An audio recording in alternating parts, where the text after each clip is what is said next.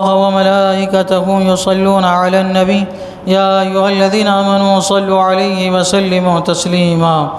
اللهم صل على سيدنا ومولانا محمد وبارك وسلم صلاة وسلاما عليك يا رسول الله صلى الله تعالى عليه وسلم. أعوذ بالله من الشيطان الرجيم. بسم الله الرحمن الرحيم. جنات عدن يدخلونها ومن صلح من آبائهم وأزواجهم وذرياتهم والملائكة يدخلون عليهم من كل باب سلام عليكم بما صبرتم فنعم عقبى الدار.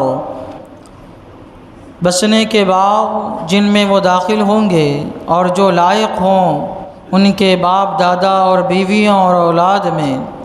اور فرشتے ہر دروازے سے ان پر یہ کہتے آئیں گے سلامتی ہو تم پر، تمہارے صبر کا بدلہ تو پچھلا گھر کیا ہی خوب ملا. اللہ تبارک و تعالیٰ نے نیک لوگوں کی 9 صفتیں بیان فرمائی ہے. نیک لوگوں کے اندر یہ 9 صفتیں پائی جاتی ہے. جو جنہوں نے یہ 9 صفتیں اختیار کی جو گزر چکی ہیں، اللہ تبارک و تعالیٰ ان کا بدلہ اجر بیان کرتے ہوئے فرما رہا ہے. اللہ تبارک و تعالیٰ انہیں جنات عدن میں داخل فرمائے گا. جنات عدن کے بارے میں کہا گیا ہے کہ جنت کی ایک گلی ہے، جنت کی گلی ہے، یہاں پہ اللہ تبارک و تعالیٰ کے دیدار کا بازار لگے گا، اور اس کے دروازے پر 25,000 فرشتے ہوں گے جو اس گلی میں داخل ہونے والے جنتیوں کا استقبال کریں گے. یا تو پھر یہ خاص جنت ہے جو اللہ تبارک و تعالیٰ اپنے خاص محبوب بندوں کو عطا فرمائے گا. اللہ تعالیٰ فرماتا ہے بسنے کے باغات ہیں جن میں وہ داخل ہوں گے اور جو لائق ہوں ان کے باپ دادا بیوی اولاد میں. یعنی جو جنات عدن میں داخل ہوگا اس کو کسی بھی طرح کی کوئی تکلیف نہیں ہوگی. ویسا تو جنتی کو کسی بھی طرح کی تکلیف نہیں ہوگی، لیکن یہ جنات عدن یہ اونچے درجے کی جنت ہے، تو اس میں جو ہے ہر کوئی تو داخل نہیں ہوگا، لیکن جو جنات عدن میں داخل ہوگا تو اس کے آبا و اجداد میں سے، اس کے باپ دادا میں سے، اس کے اولاد میں سے، اس کی بیوی جو ہے وہ بھی اس میں داخل ہو جائیں گی اس کے صدقے و طفیل میں. کیسے کہ یہ چاہے دنیا میں آدمی چاہتا ہے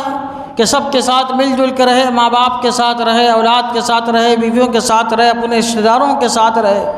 تو جنت دنیا میں جیسا آدمی چاہتا ہے ویسا جنت عدن میں داخل ہونے کے بعد بھی چاہے گا.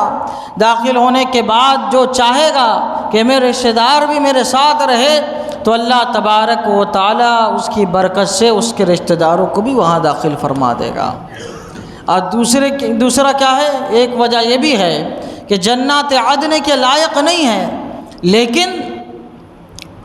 اس کے مرنے کے بعد اس کے اولاد نے اس کے لیے ایصال ثواب کیا، قرآن شریف پڑھے، ذکر و اذکار کرتے رہے، جب بھی کرتے رہے بخشتے رہے، بخشتے بخشتے بخشتے اس کا درجہ بڑھتا چلا گیا یہاں تک کہ وہ جنات عدن کے مقام تک پہنچ گیا. اس لیے کہتے ہیں مرنے کے بعد جو ہمارے ان عزیز و قریب دوست احباب انتقال کر جائیں ان کے لیے ایصال ثواب کرتے رہنا چاہیے، اور اپنے اولاد کو وصیت کرتے رہنا چاہیے، اور وصیت کرنا چاہیے آخری وقت میں کہ جب میں مر جاؤں میرے مرنے کے بعد ایصال ثواب میرے لیے کرتے رہنا. اس سے کیا ہوتا ہے، گناہ معاف ہوتے ہیں، اور اگر گناہ معاف ہو چکے، بخشا جا چکا ہے تو درجے بلند ہوتے ہیں. ہمارے حضور صلی اللہ تعالی علیہ وسلم جو ہے بہت طرح کی شفاعت فرمائیں گے. ان میں سے ایک شفاعت یہ ہوگی کہ جو جنت میں جا چکے ہوں گے، جو جنت میں جا چکے ہوں گے ہمارے حضور ان کو اونچے درجے کی جنت میں پہنچائیں گے. یہ بھی ایک طرح کی شفاعت ہے. تو بعض جو اللہ کے رسول کے محبوب ہوں گے،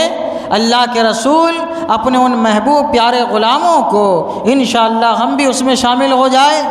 اللہ کے رسول کا کرم ہوا تو ہمیں انشاءاللہ ان کے محبوب بندوں کو جو ہے اب محبوب غلاموں کو ہمارے حضور صلی اللہ علیہ وسلم جنات عدن میں داخل فرمائیں گے شفاعت فرما کے. تو اللہ تعالیٰ فرماتا ہے کہ جو جنات عدن میں داخل ہوں گے ان کی بیویاں بھی رہیں گی، ان کے اولاد بھی رہیں گے، ان کے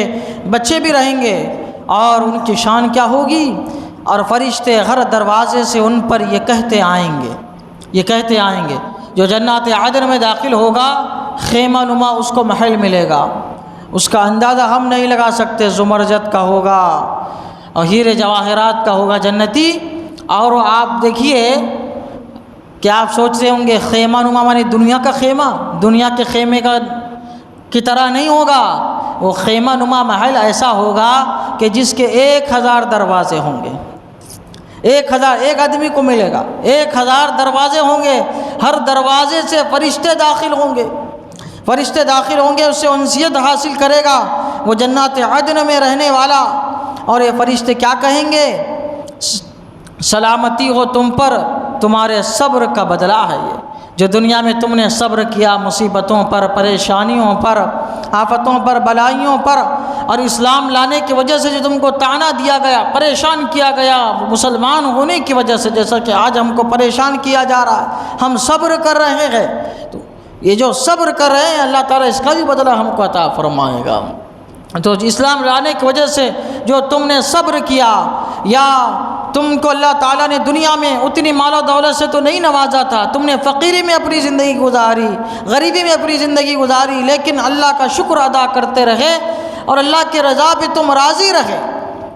اللہ تعالیٰ ان کو یہ جنات عدن عطا فرمائے گا۔ اس لیے حضور صلی اللہ تعالیٰ علیہ وسلم نے حضرت بلال رضی اللہ تعالیٰ عنہ سے فرمایا، اے بلال فقیری اختیار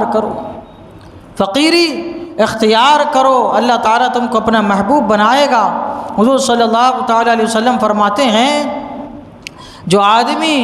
فقیر ہوگا اس کو جنت کا اتنا اونچا درجہ ملے گا امیر کے مقابلے میں، کہ فقیر جنت میں اتنے اونچے مقام پر ہوگا جیسا کہ ستارے، جیسا کہ آسمان سے نیچے دیکھیں تو